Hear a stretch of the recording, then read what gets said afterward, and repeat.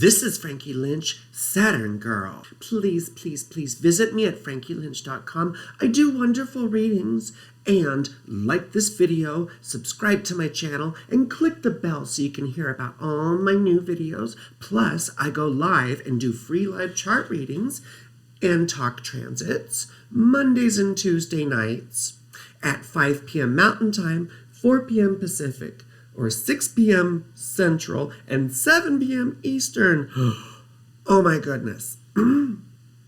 So anyway, I'm usually Ms. Doom and Gloom. There's so much going on in the world right now, and I'm a junkie for current events. Yes, the situation often seems bleak, but there's a lot to look forward to.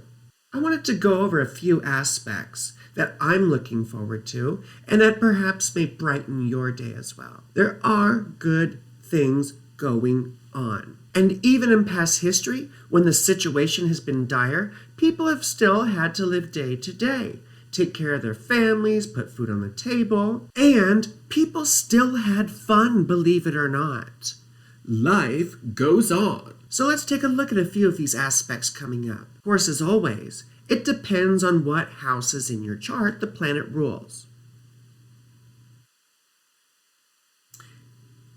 Your mileage may vary. So the first transit I want to go over is Venus entering Taurus on March 16th. Let's take a look here and just fast forward a few days. Ooh, here we go, Mama Venus. Let's see, on the 16th. There she is in her home sign of Taurus. Of course, Venus in Taurus appreciates beauty, luxury, contentment. It's also acquisitive. It definitely has intense desires. It likes nice things, of course. It's very sensual. It appreciates touch. By sensuality, we mean, those finer senses. Look and see what whole sign house Taurus is for you. And you may see those significations activated by Venus as she enters into her own home. Of course, if you have a night chart, Venus is your sect benefic, meaning she's the nicest planet to you. So you may notice some outer luck in the area of life indicated by that house. Some people with Venus and Taurus are Prince, Princess Di, Johnny Depp, and Amber Heard. It's so funny because we can see Taurus Venus at work in different ways in each of those persons. First of all, Prince liked nice things. He was even renowned for liking very unusual things at unusual times. Princess Di had an appreciation of fineness and quality. She also was very generous with everything she had, and she was known as a humanitarian throughout the world. Johnny Depp also likes nice things. According to an article in the Rolling Stone, his money managers were quoted as, "Old wine is a great investment, but not if you drink it right away." The rumor was that he was spending $2 million a month.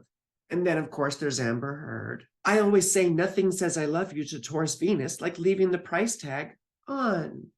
It's so funny because everyone thinks of Scorpio as the vampire, but it's Taurus that will drain your blood and your bank account. Let's move on to the next aspect, shall we? The sun enters Aries. It's sign of exaltation. Of course, this is the time of the vernal equinox. And in tropical astrology, we fix Aries at the vernal equinox. This is the point of equal night and equal day, where darkness no longer dominates, and the sun bursts forth onto the scene. This is probably why the sun is exalted in Aries. This represents new beginnings and the birth of a new zodiacal year. Let's fast forward now to Venus conjunct Uranus. I mean, Uranus, not your anus, but Uranus. And my anus too. Sorry. It never gets old to me, all these childish jokes. I'm very immature. So some keywords I was thinking of for Venus conjunct Uranus were unexpected encounters. You may meet people, start a brief relationship, have a fling, or make a new friend. We think of unusual aesthetics, like, think Lady Gaga or something like that. We think of ideas of beauty just turned on their head, perhaps unusual or taboo creativity in media. We also have unusual gender identities and sexuality. bisexuality, homosexuality, pansexuality, transgender people. We also see things like polyamory and kink relationships. Some famous weirdos with this aspect are Joaquin Phoenix, Guillermo del Toro, Christina Aguilera, and Michael Jackson. Guillermo del Toro is known for his unusual creative style. Christina Aguilera was known for oozing sexuality from her art. Michael Jackson was a very precise craftsman with his art. However, he was pretty fucking weird. Joaquin Phoenix, great actor, pretty weird. Let's fast forward now to Venus entering Gemini. What I think of when Venus enters Gemini is time to mingle. It's so funny because Venus and Gemini people tend to be non-discriminatory.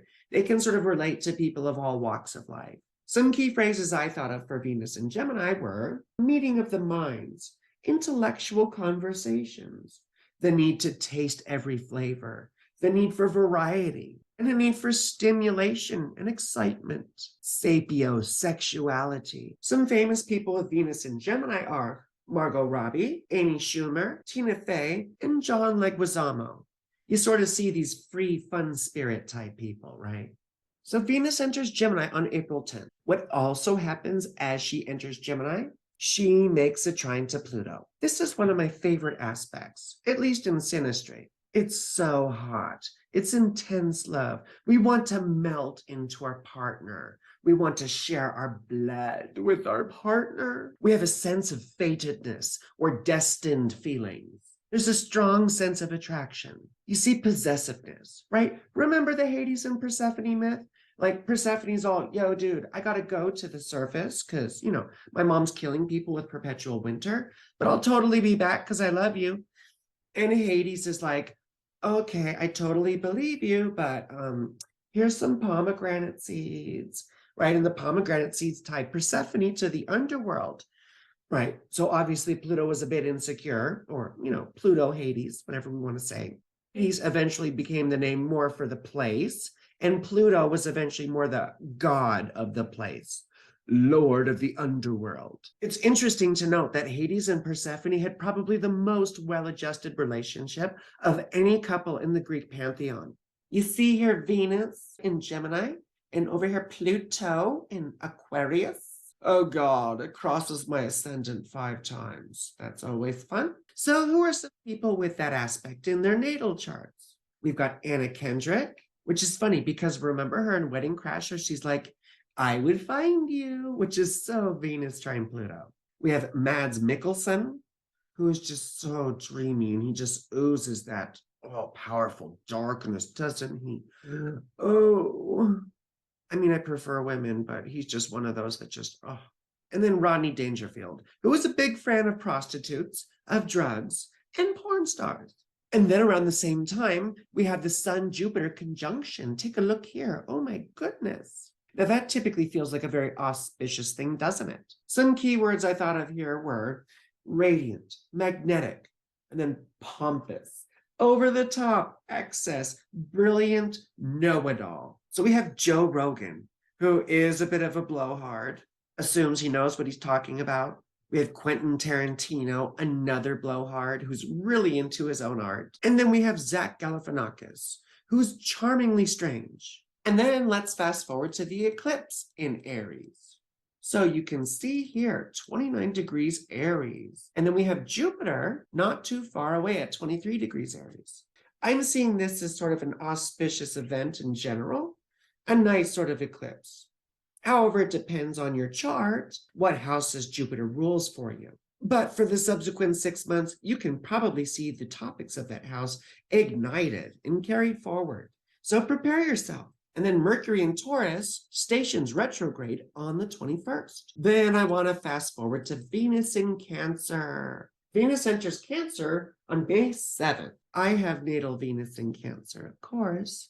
When I think about Venus in Cancer, I think of a time for closeness, for romance, devotion, care for our partners and each other, our friends. Our friends are our family, aren't they? Words like service and attachment come to mind. Nostalgia, sweetness, obsession. It's very hard for Cancer Venus to let go. Just to illustrate some of these things, first of all, famous Cancer Venus, moi, Barack Obama, who's quite devoted to Michelle, Chris Evans, who played Captain America, who had a long-term love interest and who had this sense of devotion about him, didn't he? Keanu Reeves, who also is someone with a big heart, who seems like they're very devoted. Stevie Nicks of Fleetwood Mac, also Venus in Cancer, a very sweet and sensual person. And then O.J. Simpson.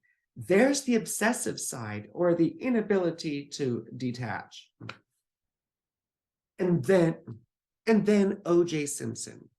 There's the obsessive side and perhaps the inability to let go. And then the final aspect I'd like to mention is Jupiter entering Taurus, which happens in May 16th. Some keywords I think of for Jupiter entering Taurus are wisdom, plenty, abundance. I think of the Hierophant, or someone of spiritual stature who's able to confer honors. I'm thinking like a pope. Opulence. A phrase from The Great Gatsby comes to mind: purposeless splendor. Of our appetites increasing, I think of insatiable desire. So take note of what whole sign house Taurus is for you, because Jupiter will be there for about a year, a little bit longer. Hopefully you'll see some good luck and some pleasant or positive developments in the area of life represented by that house. Don't worry, I'll probably do horoscopes for that as we get closer to the transit.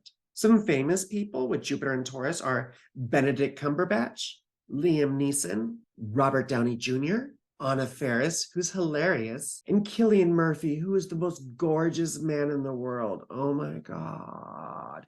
And he's Irish.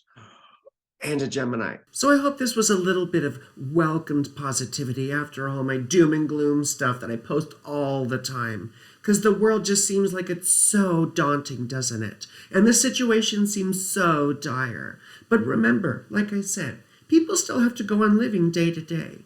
And we still have to enjoy life. Otherwise, what's the point? We have to make sure life is punctuated by little pleasures and enjoyment in order to be fulfilling. So thank you very much for watching until the end. This is Frankie Lynch, Saturn Girl. I love you very much. Please like the video. Please subscribe. Please click the bell. Please consider giving to my Patreon. All the information is below. It's how I keep on making all this wonderful content because, a girl's gotta make it somehow. This is Frankie Lynch. I love you. You're beautiful and have a great whatever you're having.